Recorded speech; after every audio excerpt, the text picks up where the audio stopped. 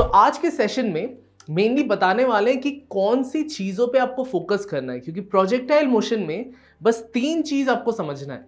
अगर वो 3 चीज़ समझ में आ गया तो प्रोजेक्टाइल मोशन की रिलेटेड कोई भी क्वेश्चंस आए, जितने भी कॉम्प्लिकेटेड क्वेश्चंस आए, आप हैंडल कर पाओगे उसको।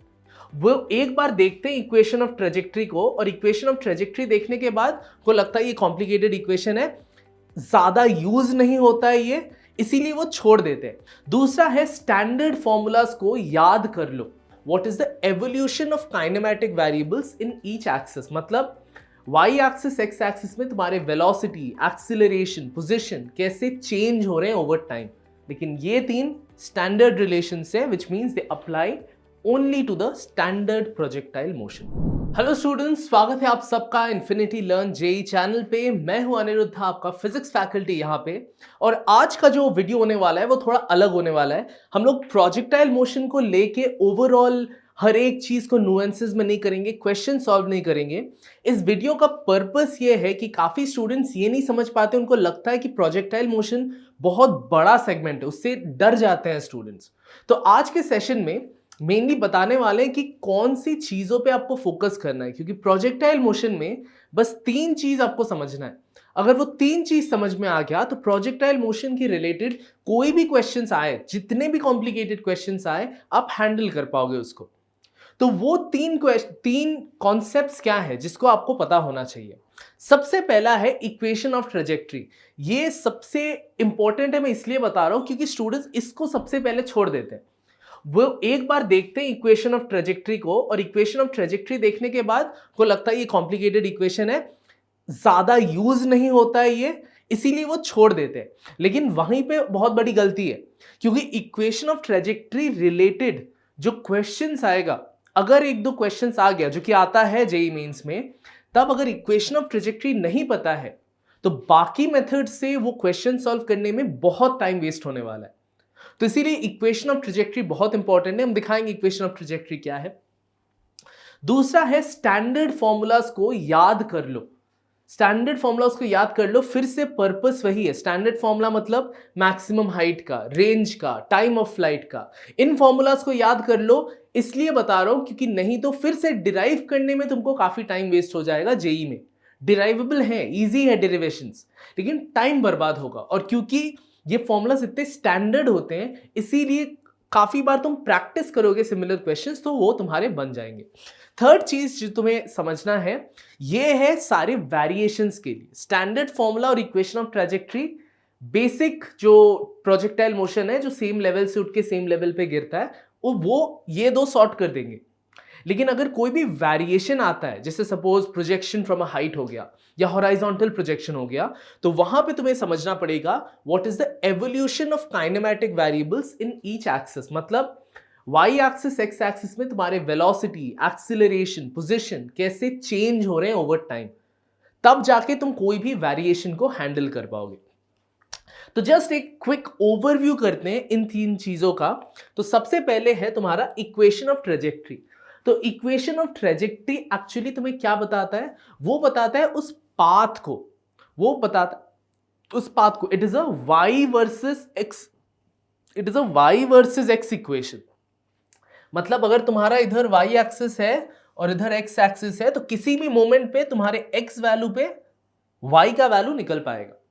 ये काफी टाइम यूजफुल हो जाता है जब तुम्हें सारे लॉन्च वगैरह सब कुछ बता दिए गए हैं और बताया हुआ है कि सपोज एक एक्स पोजीशन पे एक ऐसे सीढ़ी लगा हुआ है, ठीक है, या सोचो इस एक्स पोजीशन पे एक दीवार है, राइट। तो ये पार्टिकल आके इस दीवार को किस हाइट पे हिट करेगी, तब तुम्हारा equation of trajectory direct answer देगा। क्योंकि तुम जैसे ही एक्स का वैल्यू डालोगे, तुम्हें वाई का वैल्यू मिलेगा, और तुम्हें पता है कि उस एक्स पोजीशन पे वाई का वो वैल्यू है, तो ऑब्वियसली वॉल को वो उस हाइट पे हिट करेगा।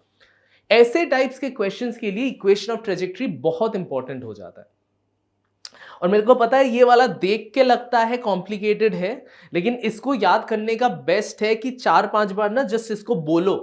तुम देखना इसका एक स्पेसिफिक, जिसको रिंग बोलते हैं, रिंग टू इट, तो खुद ब खुद दिमाग में बैठ जाएगा। लेकिन ये इक्वेशन याद करो, क्योंकि इसको फिर से डिराइव करने में टाइम लगता है। तुम्हें y का इक्वेशन लिखना पड़ेगा इन टर्म्स ऑफ टाइम, फिर x का इक्वेशन लिखना पड़ेगा इन टर्म्स ऑफ टाइम, फिर टाइम को रिप्लेस करना पड़ेगा, काफी टाइम जाएगा अगर तुमने ये वाला रिलेशन नहीं याद रखा तो। So this is the first thing that everyone should know, which is the equation of trajectory. इसमें टाइम नहीं है, ये बस किसी भी x पोजीशन पे तुम्हें करस्पॉन्डिंग y पोजीशन बताता है। ओके और एक चीज बस ख्याल रखना, क्योंकि ये क्वाड्रेटिक है इन x, तो किसी भी y पोजीशन का तुम्हें 2 x वैल्यूज मिलेगा।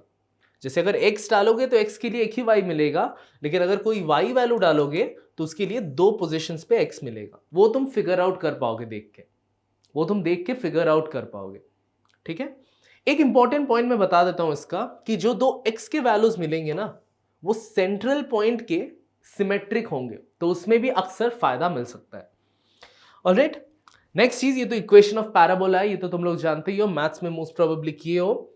नेक्स्ट इंपॉर्टेंट चीज है the standard equations. Standard equation तुम्हारे 4 हैं, टेक्निकली 3 ही बोले जाते हैं। Time of flight 2u sin theta by g, horizontal range जो कि है horizontal speed into time, time of flight, जिससे एक्चुअली इसको ये वाला अलग फॉर्मूला है। सो रेंज अगर उसको टाइम ऑफ फ्लाइट के साथ हॉराइजॉन्टल स्पीड का डाल दो तो रेंज का आ जाएगा। मैक्सिमम हाइट का फॉर्मूला है u square sine square theta by 2g। और ये वाला फॉर्मूला भी याद कर लेना, ये बल्कि मैं बोलूंगा कि याद कर भी सकते हो, क्योंकि इसको स्टैंडर्ड इक्वेशन नहीं बोला जाता है, तुम इसको क्विकली डिराइव भी कर सकते हो। इसको याद रखने में ज्यादा टाइम एडवांटेज मिलता नहीं है, बट स्टिल अगर तुम्हें एडवांटेज चाहिए then you can remember this. ठीक है, ये एक चीज पे, ये सारे फॉर्मूलास आई होप तुम्हें पता है, लेकिन एक चीज याद रखना, दीज आर स्टैंडर्ड रिलेशंस, मतलब ये सिर्फ इस वाले प्रोजेक्टाइल के लिए काम करेंगे जहां पे जिस हाइट से रिलीज किया उसी हाइट पे लैंड किया। अगर वेरिएशन हुआ प्रोजेक्टाइल में कि हॉराइजॉन्टल प्रोजेक्शन, जहां पे जिस हाइट से रिलीज किया किसी और हाइट पे लैंड कर रहा है, तब ये वैलिड नहीं रहेंगे। लेकिन जेई में काफी क्वेश्चंस स्टैंडर्ड प्रोजेक्टाइल मोशन के आते हैं, इसीलिए दी स्टैंडर्ड फॉर्मूलास को याद रखना। अब इसमें जस्ट क्विकली बता देते हैं ये फॉर्मूला क्या है। ये फॉर्मूला बेस्ड है ऑन द कॉन्सेप्ट कि जो हॉराइजॉन्टल स्पीड रहता है वो अनचेंज्ड रहता है। मतलब यहां पे अगर मैंने एक स्पीड u के साथ रिलीज किया at an angle theta, launch angle है थीटा, तो मैं किसी भी पॉइंट पे स्पीड सपोज v हो गया है, ठीक है, स्पीड ऑब्वियसली चेंज होगा क्योंकि जो हॉराइजॉन्टल कंपोनेंट है वो चेंज हो रहा है, और एंगल हो गया है अभी अल्फा, क्योंकि ऑब्वियसली ये चपटा होगा, टॉप पॉइंट पे हॉराइजॉन्टल हो जाता। तो रिलेशन है v cos alpha is equal to u cos theta. क्यों? क्योंकि u cos थीटा है इसका हॉराइजॉन्टल कंपोनेंट और v cos अल्फा है इसका हॉराइजॉन्टल कंपोनेंट। अब हॉराइजॉन्टल कंपोनेंट कभी चेंज होता नहीं, इसीलिए u cos theta is equal to v cos alpha. ये कहां पे काम आएगा? ये काम आएगा अगर तुम्हें बता दिए कि प्रोजेक्टाइल लॉन्च हुआ है इस स्पीड से वगैरह वगैरह, at a certain height the tangent और the velocity vector makes a certain angle, ठीक है, वो अल्फा का वैल्यू दे देंगे, वहां से तुम वेलोसिटी निकाल सकते हो। तो ये फॉर्मूला भी याद रखने नहीं बोलूंगा, रट्टा मत मारो, बट ये कॉन्सेप्ट को समझ के जाओ क्योंकि इसको रिलेटेड स्पेसिफिक क्वेश्चंस आ सकते हैं। ओके, यहां तक में तुम्हारा स्टैंडर्ड जो केसेस है, जो भी स्टैंडर्ड केसेस है, बाय द वे ये स्टैंडर्ड नहीं है, ये हमेशा ये वाला ये रिलेशन सिर्फ सेम हाइट पे लैंडिंग के लिए नहीं है, ये रिलेशन हमेशा एप्लीकेबल है।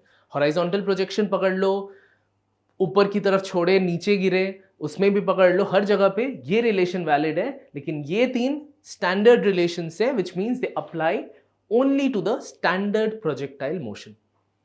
अब जब नॉन स्टैंडर्ड होंगे जैसे हॉरिजॉन्टल प्रोजेक्शन, ये जैसे मैंने बताया, तब तुम्हें समझना पड़ेगा the evolution of kinematic variables. Evolution of kinematic variable में तुम्हें मेन फोकस रखना है ऑन द वेलोसिटी। तो ये तो पता है कि हम जब प्रोजेक्टाइल मोशन को एंगल पे छोड़ते हैं, हम उसको 2 कंपोनेंट में तोड़ते हैं उसके वेलोसिटी को, u sin थीटा और u cos थीटा। तो तुम्हें समझना है कि हर एक कंपोनेंट का बिहेवियर कैसा होता है। जैसे u cos थीटा जो है वो कांस्टेंट रहता है क्योंकि हॉराइजॉन्टल डायरेक्शन में कोई एक्सीलरेशन नहीं है, सो u cos theta remains constant. और जो u sin थीटा है, इट्स लाइक एक पार्टिकल को तुमने ऊपर फेंका है, एकदम सीधा ऊपर फेंका है, तो वहां पे it's just like a particle going upwards, ऊपर जाएगा फिर नीचे आएगा। तो जो u sin थीटा वेलोसिटी है वो जस्ट ऊपर जाता है, लेकिन उसका डाउनवर्ड एक्सिलरेशन है। तो इट्स लाइक ये मोशन और ये मोशन दोनों जोड़ के तुम्हारा प्रोजेक्टाइल मोशन बन रहा है। तो तुम्हें हर एक कंपोनेंट का एवोल्यूशन वो टाइम के साथ कैसे वैरी कर रहा है, जैसे ये टाइम के साथ कुछ वैरी नहीं करता, ये टाइम के साथ वैरी करता है as v is equal to u minus g t, वैसे वैरी करता है। ठीक है, तो ये वेरिएशन को समझना बहुत इंपॉर्टेंट है। यहां पे दिया हुआ है horizontal initial velocity u cos theta, acceleration 0, तो velocity after a time t u cos theta into t, कोई चेंज नहीं। लेकिन जब वर्टिकल डायरेक्शन का बात करेंगे, वर्टिकल डायरेक्शन में वेलोसिटी है u sin थीटा, एक्सेलरेशन है g डाउनवर्ड्स, को माइनस जी भी पकड़ सकते हो। तो the velocity after time t is vy is u sin theta minus gt। ये simple v is equal to u plus minus at से आया है।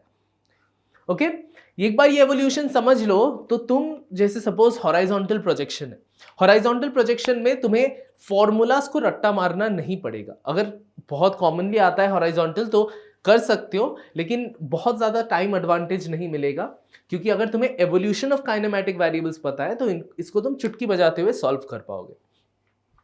यहां पे कॉन्सेप्ट क्या है, अगर तुमने हॉराइजॉन्टली प्रोजेक्ट किया है, मतलब उसका हॉराइजॉन्टल वेलोसिटी है लेकिन वर्टिकल वेलोसिटी उसका 0 है, राइट, वर्टिकल वेलोसिटी 0 है। तो अगर तुम हॉराइजॉन्टल स्पीड का देखोगे, अगर तुम हॉराइजॉन्टल स्पीड का देखोगे तो वो तो अनचेंज रहेगा, पहले जो था बाद में भी वही था, कोई चेंज नहीं है। लेकिन तुम जब वर्टिकल का देखोगे, वर्टिकल का इनिशियली स्पीड 0 है, क्योंकि वर्टिकल लाइन में कोई स्पीड नहीं है, मैं हॉराइजॉन्टली छोड़ा, राइट। तो एक सर्टेन टाइम t के बाद, एक सर्टेन टाइम t के बाद क्या होने वाला है, we will be getting minus g t. क्यों? क्योंकि ऑब्वियसली अभी एक्सिलरेशन हो रहा है नीचे, सिर्फ उसको अलग से स्टडी करो।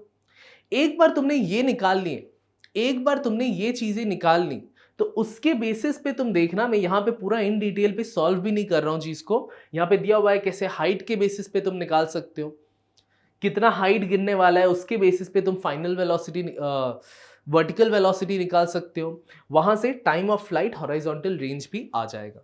कॉन्सेप्ट हमेशा सेम रहता है, बस तुम्हें पहचानना है कि ये जो एवोल्यूशनैटिक वेरिएबल्स हैं उनके बाउंड्री कंडीशंस क्या है, उनके बाउंड्री कंडीशन क्या है। जैसे स्टैंडर्ड वाले में क्या, जिस हाइट पे उठा था उसी हाइट पे गिरा, so the technical change in height is 0। लेकिन इस वाले में क्या है, लॉन्च स्पीड, इनिशियल नॉर्मल वाले में इनिशियल वर्टिकल वेलोसिटी था, हॉराइजॉन्टल में इनिशियल वर्टिकल वेलोसिटी नहीं था। तो एवोल्यूशन सेम रहता है, इसीलिए मैं बोल रहा हूं एवोल्यूशन को ध्यान रखना। बस तुम्हें इनिशियल कंडीशन, एंडिंग कंडीशंस बदलेंगे और उसके बेसिस पे तुम चाहे कोई भी चीज हो, कोई भी इक्वेशन हो, कोई भी टाइप का प्रोजेक्टाइल हो, तुम डील कर पाओगे।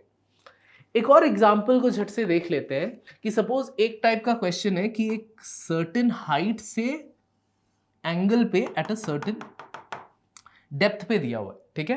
तो यहां पे हमने लॉन्च किया at a speed u, right, at an angle theta. लेकिन अब की बार इसकी बाउंड्री कंडीशन अलग है, तो तुम्हें बस अलग से तोड़ के चीज को स्टडी करना है। मतलब इधर u sin थीटा कर लो, अब की बार u sin थीटा है, ऊपर की तरफ u sin थीटा है, इधर u cos थीटा कर लो, ठीक। अब u sin थीटा को अलग से स्टडी करो। u sin थीटा का स्टडी कैसा है, u sin थीटा बस ऊपर नीचे, बस यही है u sin थीटा, ऊपर जाता है और नीचे आता है, right. It is launched up with the velocity u sin theta. तो इसमें इसको टोटल टाइम कितना लगने वाला है, अगर ये हाइट h है, ये हाइट h है, तो टोटल टाइम कितना लगने वाला है। ये वाला अगर थोड़ा अनकॉमन रिलेशन है, हमने जो detailed motion in a straight line का लेक्चर जो मिल जाएगा तुमको, लाइव लेक्चर इसी चैनल पे, उसमें हमने बताया हुआ ये रिलेशन कि h is equal to minus u sin theta into t plus half g t square, यहां से t निकलता है total time of flight, total time of flight मिल गया। ये वाला थोड़ा अनकॉमन है, तुम्हें लगेगा कि सर माइनस क्यों है, ये पूरा एक डिराइव करके अलग से आता है, ये हमारे जो डिटेल लेक्चर है उसमें तुमको मिल जाएगा of motion in a straight line. तो एक बार तुमने यहां से टाइम निकाल लिया, वो टाइम ऑफ फ्लाइट है, तो रेंज निकालना आसान है क्योंकि रेंज सिर्फ u cos थीटा कंट्रोल करता है। जो हॉराइजॉन्टल डायरेक्शन का मोशन है, range is a horizontal direction thing, maximum height is a vertical direction thing. तो उस एक्सिस पे कौन सा वेलोसिटी एप्लीकेबल है वहीं से सोचो। जैसे मैक्सिमम हाइट अगर स्टडी कर रहे हो उसमें u cos थीटा का कोई कंट्रीब्यूशन नहीं रहेगा, उसमें u sin थीटा का कंट्रीब्यूशन रहेगा क्योंकि that's a vertical axis thing.